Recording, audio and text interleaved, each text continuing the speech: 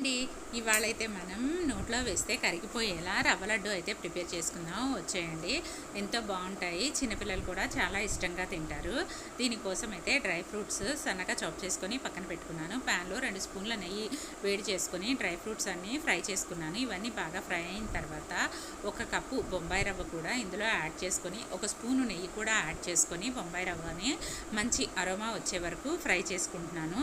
ఈ విధంగా బొంబాయి రవ్వ బాగా ఫ్రై అయిన తర్వాత 1 కప్పు ఫ్రెష్గా తురిమి పెట్టుకున్న కొబ్బరి కూడా యాడ్ చేసుకుంటున్నాను.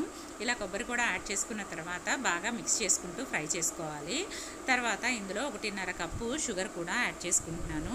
ఇలా షుగర్ యాడ్ చేసుకొని మిక్స్ చేసుకుంటూ ఉండాలి. ఇలా మిక్స్ చేసుకుంటూ ఉండగా షుగర్ అయితే మెల్ట్ అవుతుంది.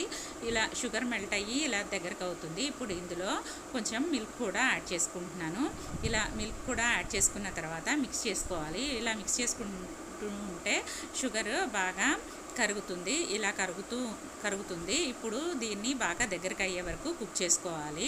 ఇలా బాగా దగ్గరగా అయిన తర్వాత స్టవ్ ఆఫ్ చేసుకొని చల్లారనివ్వాలి. చల్లారిన తర్వాత ఈ విధంగా అవుతుంది. ఇప్పుడు దీన్ని మనం లడ్డూల్లా చుట్టేసుకోవటమే.